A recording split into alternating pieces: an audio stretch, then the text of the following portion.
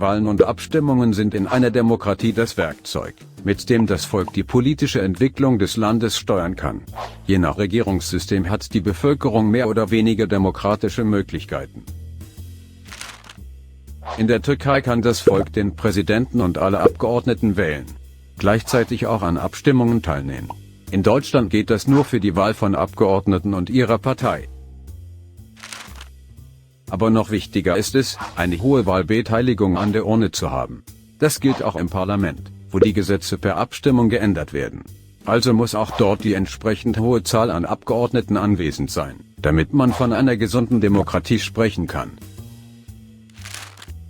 Was passieren kann, wenn der Anteil an Wählern tief bleibt, sehen wir am Beispiel der Armenien-Resolution.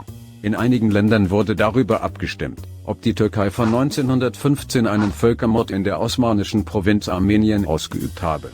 So geschah das 2016 auch im Deutschen Bundestag. In Deutschland wurde die Armenien-Resolution angenommen, worauf die türkische Bevölkerung das Vorgehen Deutschlands scharf kritisierte. Die türkische Regierung sprach von einer lächerlichen Abstimmung im Bundestag und lehnte das Resultat ab. Begründet wurde dies durch die sehr tiefe Wahlbeteiligung im Bundestag. In der Tat war der Bundestag bei diesem Entscheid praktisch leer. Nur wenige, besonders linke Politiker saßen im Bundestag, als gerade über die Armenien-Resolution abgestimmt wurde. Selbst Angela Merkel blieb an diesem Tag dem Bundestag fern. Wenn also um ein Thema abgestimmt werden soll und die Mehrheit der Wähler dabei fehlen, dann wird eine Abstimmung dennoch angenommen und ist gültig. In einem parlamentarischen Regierungssystem gibt es dann auch kein Kontrollorgan oder eine getrennte dritte Gewalt, welche für eine nicht repräsentative Abstimmung ein Veto einlegen könnte. Diese Möglichkeit gibt es in präsidialdemokratischen Systemen mit der Exekutive als getrennte dritte Gewalt neben der Legislative, wie es die Türkei heute besitzt.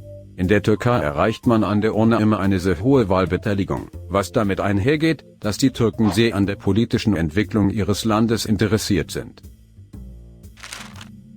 Bei den letzten Wahlen 2018 erreichte die Türkei über 86% ihrer Wähler. Bei der letzten Abstimmung zur Verfassungsänderung genauso über 85%. In Deutschland ist die Beteiligung tiefer, in der Schweiz unter der Hälfte. Eine tiefe Beteiligung von Wählern zeigt die Resignation in der Politik. Hier möchte ich jeden Wahlberechtigten dazu aufrufen, nie den Wahlen und Abstimmungen fern zu bleiben. Denn jeder Protest gegen die Urne ermöglicht einer bestimmten Gruppe, die Politik zu beeinflussen und die Demokratie zu unterwandern.